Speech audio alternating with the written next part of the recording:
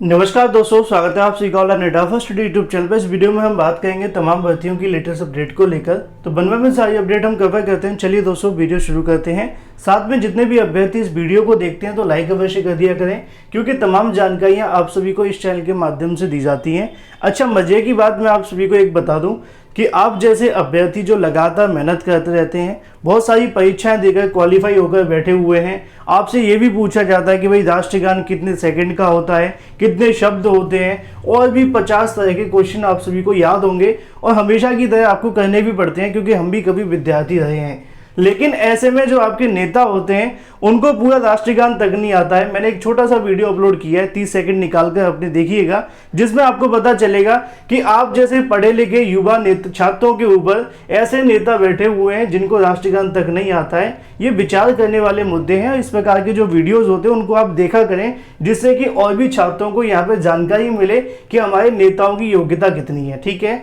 इसको लेकर भी बहुत सारे मुद्दे हैं, हम डिटेल में किसी दिन बात करेंगे। लेकिन फिलहाल जो हमारा मुद्दा है वो है तमाम भर्तियों की लेटेस्ट अपडेट का। तो लाइक तो कर दिया होगा। 1,37,000 प्राथमिक शिक्षक भर्ती को लेकर लगातार आप सभी के सामने तमाम जो अपडेट है वो देखने के लिए मिल रही है, क्योंकि छात्रों की तरफ से प्रदर्शन भी जारी है। मामला संबंधित है 68,569 का।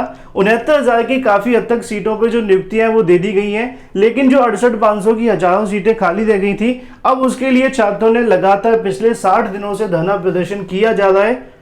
और कई समाचार पत्रों में इसको लेकर लगातार जानकारियां भी आपको देखने के लिए मिल रही हैं कि धरना दे रहे अभ्यर्थियों को जहरीले सांपों से खतरा है। ऐसे में छात्रों के लिए यहाँ पे तमाम समस्याओं का सामना करना पड़ रहा है। जो भी अभ्यर्थी टंकी पर धरना प्रदर्शन कर रहे हैं, शासन प्रशासन ने आसपास के जहां पे पीने का पानी मिल सकता था या फिर शौचालय मिल सकते थे, ऐसे वे सभी अभ्यर्थियों के लिए यहाँ पे ताले लगा दिए गए प्रशासन की तरफ से, जिससे कि यहाँ पे अभ्यर्थियों को दिक्कत हो।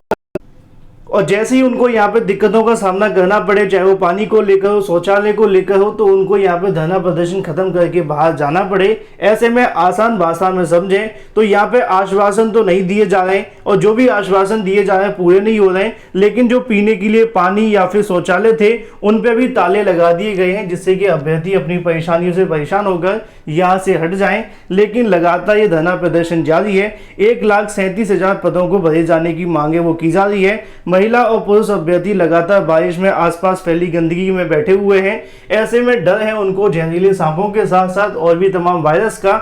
लेकिन कहीं ना कहीं अभी इस मुद्दे को लेकर कोई अंतिम फैसला देखने के लिए नहीं मिल पाया है। भले ही यहाँ से शासन प्रशासन की तरफ से कई ऐसे आश्वासन दिए जा रहे हैं, लेकिन आश्वासन और फैसले में काफी फर्क आपको देखने के लिए मिलता है। सेम अभी 22,000 को लेकर भी यही जारी है। वहीं दूसरी तरफ बात करें अपनी अगली अपडेट के बारे में, यूपी टेट साथ में एडेड जूनियर को लेकर। अगर आपने मेरा कंटिन्यू वीडियो देखा होगा, मैंने कल परसों बताया था एडेड जूनियर को लेकर पिछले 3 दिनों से छात्र पूछ भी रहे थे कि सर एडेड जूनियर के बारे में कोई अपडेट नहीं आ रही है, क्योंकि यूपी टीईटी को लेकर बताया जा रहा है कि इसका जो नोटिफिकेशन होगा पीएनबी सचिव ने बताया सितंबर में हम जारी करेंगे। तो आखिर एडेड जूनियर को लेकर ये पीछे क्यों है? असल में यहाँ पे 2 मामले हैं। मैंने अभी अपनी वीडियो में पिछली बार भी आपको बताया था कि जो नए सचिव आए हैं उनकी तरफ से तारीखों का निर्धारण खुद से नहीं किया जाता है। वो मामले को और लंबा खींचने में माहिर लग रहे हैं, जिस हिसाब से उनको देखने के लिए मिला है। क्योंकि जब उनको आदेशित किया गया था कि अक्टूबर में यूपी टेट करवा लो, भले ही शासन की मिली भगत हो सकती है, मैं इस बात में कोई दोहरा नहीं है, तो ऐसे में उन्होंने यूपी टेट को अक्टूबर में ना कराते हुए सीधे तौर पर नवंबर या दिसंबर तक पहुंचा दिया है। आसान भाषा में समझा दूं तो उनकी तैयारी है कि यूपी टीईटी का नोटिफिकेशन सितंबर महीने में निकाला जाए, और अगर सितंबर महीने में निकलेगा तो आपका जो नोटिफिकेशन होगा, जो आपकी जो परीक्षा करवाई जाएगी, वो नवंबर या फिर दिसंबर में चली जाएगी। ठीक है, सेम ऐसा ही कुछ यहाँ पे आप देखें, आपको यहाँ पे भी देखने के लिए मिलेगा यूपी टीईटी नोटिफिकेशन साथ में जूनियर एडेड शिक्षक भर्ती की एग्जाम डेट को लेकर जानकारी नीचे लिखी हुई है कि कब तक आपके जो फैसला है वो लिया जाएगा। यूपी टीईटी 2020 का विज्ञापन इस वर्ष भी काफी लेट हो गया है। विज्ञापन कब आना चाहिए था, लेकिन अगर बात करें कोरोना के चलते इस वर्ष भी काफी लेट आपको दिखाई दे रहा है। पिछले साल आप सभी को पता है कि 2 बार से यूपी टीईटी नहीं हुआ है, लेकिन परीक्षा नियामक अधिकारी की तरफ से 4 बार प्रस्ताव बनाकर भेजा गया है। ऐसे में स्वीकार नहीं किया गया।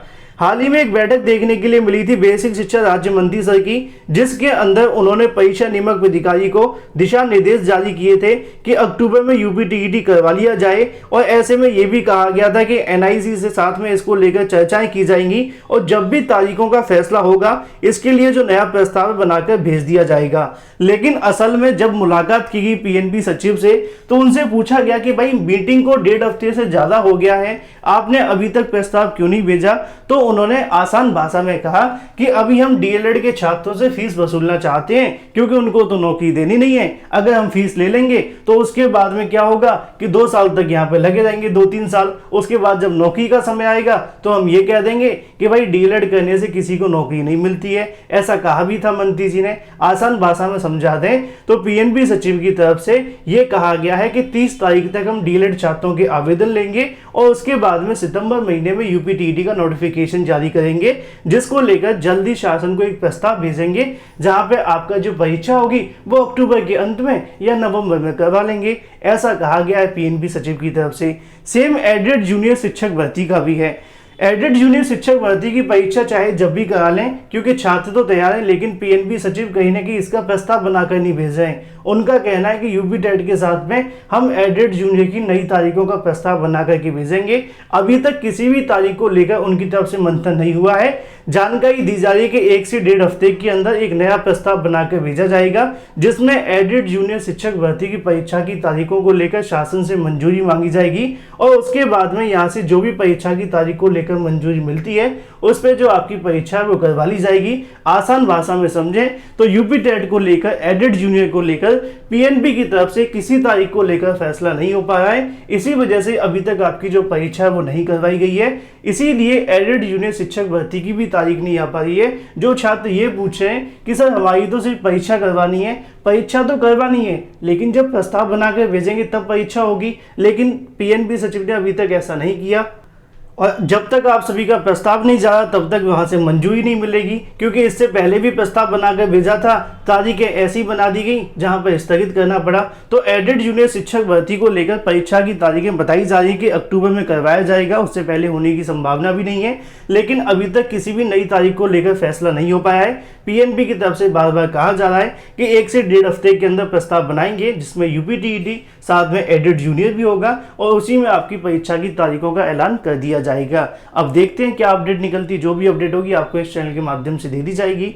वहीं दूसरी तरफ बात करें अपनी अगली अपडेट के बारे में जो कि संबंधित है टीजीटी 2021 की परीक्षा को लेकर। जैसा कि आप सभी जानते हैं कि टीजीटी 2021 की परीक्षा के बारे में 3 अलग अलग मामले हैं। पहला, छात्रों की तरफ से ट्विटर पर इसकी जो मांगे की जा रही है कि परीक्षा को रद्द कर दिया जाए। दूसरा सबसे बड़ी मांग यह है कि इस मामले को लेकर न्यायालय में जाया जा रहा है, जहां पर सीसीटीवी कैमरे की फुटेज के आधार पर और चयन बोर्ड को दिए गए निर्देश के आधार पर जो कोर्ट ने कहा था कि इन सभी गाइडलाइन का पालन करना, उसमें से किसी भी गाइडलाइन का तो पालन नहीं किया गया। साथ में जो कैमरे लगे हुए थे वो भी बंद पाए गए हैं। तो यहाँ पे छात्रों की तरफ से याचिका बनाकर इस मुद्दे की मांग की जा रही है कि पहले तो सभी सीसीटीवी कैमरे की रिकॉर्डिंग ली जाए 2 घंटे की, कि उस समय पे जो ये दावा किया गया था कि परीक्षा केंद्रों पर आपकी जो बुकलेट ओपन की जाएगी वो क्या वीडियो रिकॉर्डिंग के अंदर हुई है या फिर नहीं है, या फिर खुली हुई थी, या फिर जो भी 2 घंटे के अंदर परीक्षा केंद्रों पर अनियमितताएं देखने के लिए मिली हैं, शासन प्रशासन की जो गाइडलाइन थी उसके अनुसार परीक्षा करवाई गई है या फिर नहीं। पहला पॉइंट। दूसरा पॉइंट, आप सभी जानते हैं कि परीक्षा को रद्द करने के लिए बहुत सारे जो प्रूफ है वो देने पड़ेंगे कोर्ट के अंदर, क्योंकि ऐसा तो है नहीं याचिका डालते ही वहां से ऐसा कर दिया जाएगा कि परीक्षा रद्द हो जाए। तो इन मुद्दों को लेकर भी छात्रों की तरफ से कहा जा रहा है कि परीक्षा की सीबीआई जांच करवाई जाए, जिससे कि अगर सीबीआई जांच होती है तो यहाँ पे जो बड़े से बड़े अधिकारी फंसे हुए हैं वो भी यहाँ से बाहर निकलेंगे। क्योंकि 69,000 शिक्षक भर्ती में भी हमने देखा था एसटीएफ की जांच तो हुई थी लेकिन कोई रिजल्ट देखने के लिए नहीं मिला। उसका रिजल्ट इसलिए भी नहीं आ पाया था क्योंकि एसटीएफ ने बस 2-3 गिने चुने लोगों के आसपास जो केस है वो घूमने लगा और वहां से घूमते घूमते अभी तक आप सभी के सामने 69,000 शिक्षक भर्ती का कोई अंतिम फैसला नहीं निकला।